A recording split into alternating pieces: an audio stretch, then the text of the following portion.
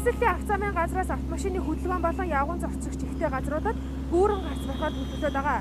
Энэ төлөвлөгөөний дагуу өчигдрөөс эхлэн бөмбөр удалдааны төвөнд иргэдэх гарцсан дээр гүүрэн гарц барьж эхэлсэн юм а. Албаныхны хэлж байгаагаар гүүрэн гарцыг энэ сарда багтаан барьж дуусгах юм байна. Харин гүүрэн гарцыг барихын тулд ийхүү ягуу хүний замыг автомашины замтаа ингэж зэрэгцүүлэн хашаа татснаар энэхийн урсгалаар явж байгаа явган зорчигчид явах ямар ч боломжгүй болсноос явган зорчигчид автомашины зам донд хөдөлгөөнд оролцож байна. Ингэснээр автомашины осол гарах өндөр өсөлт үүсэж байна.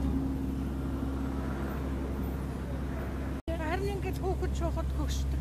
Гот хүндрэлтэй ер нь хүмүүс явахад хүндрэлтэй болсон байна шүү дээ. Энэ гүүр өрөх гээд нэг төрөө хугацаанд л барьсан шүү. Энэ хавь ингээ гүүртээ олох чагийг та эргүүлээ дэмжиж байгаа юу? Уул дэмжинэлтэй.